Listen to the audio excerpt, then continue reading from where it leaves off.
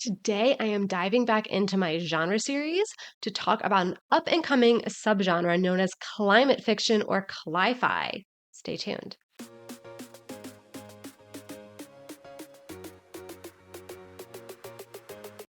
Hi, I'm Mary Kate M.K. Williams. I'm an author and I love sharing my insights about all things books and publishing with you.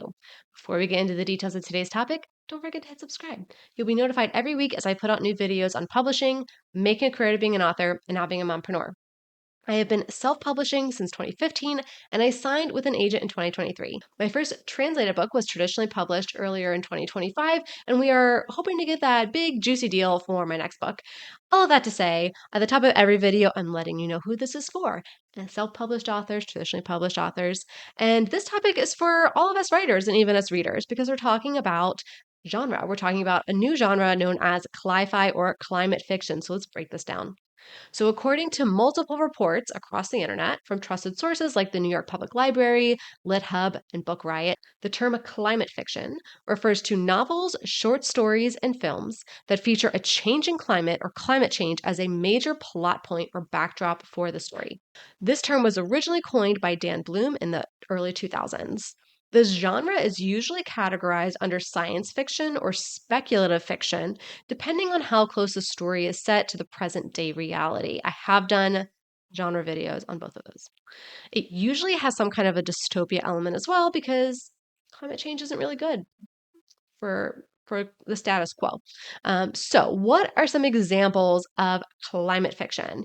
So, in the past couple of years, I've been reading more of it, been writing it. But The Great Transition by Nick Fuller Googins and Camp Zero by Michele Sterling are considered to be more contemporary climate fiction. There's a lot more of this that's going to be coming out.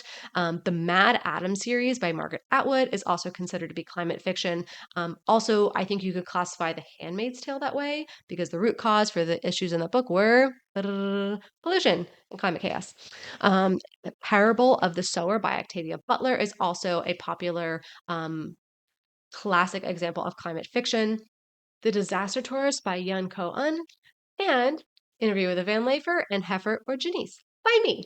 So I love to see the variety of stories in this genre. Like some you'll see like are truly like, okay, the climate has changed, we all have to move, but like some are mysteries, some are um satire, some are like just these sweeping epics of like about friends who got separated. So like it's not all the same story over and over. It is like a very deep and rich genre.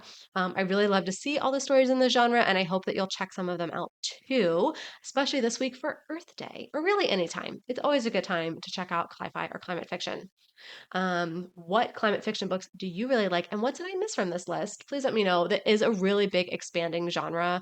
And even as I'm like recording this, more books are being announced and coming out all the time. So please let me know in the comments below which ones you would recommend that I have not mentioned, and I will check them out because I have a problem with adding books to my TBR. So you can enable me. Okay. As a reminder, I am hosting a fundraiser for the National Park Foundation that will close at the end of this month, April 2025. I may just restart it again once this closes.